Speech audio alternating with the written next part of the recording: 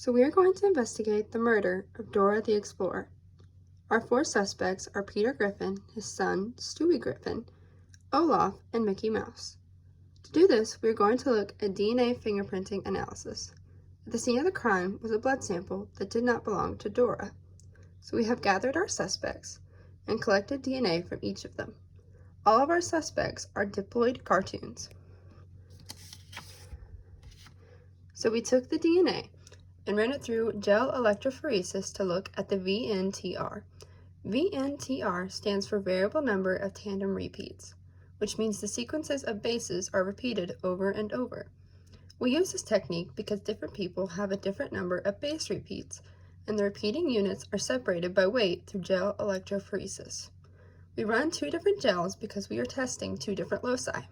At the first locus, we know we can exclude Stewie and Mickey because their DNA bands do not match the blood sample.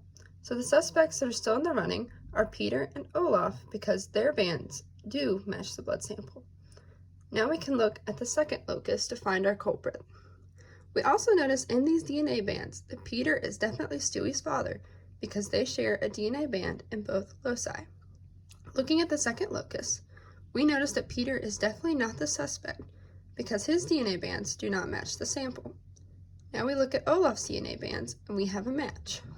Even though Mickey's DNA bands also match on this loci, we disregard them because they did not match on the first loci. So, Olaf killed Dora.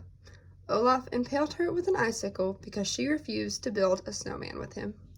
Our case is solved, Olaf is in prison for life, and the cartoon world can go back to normal.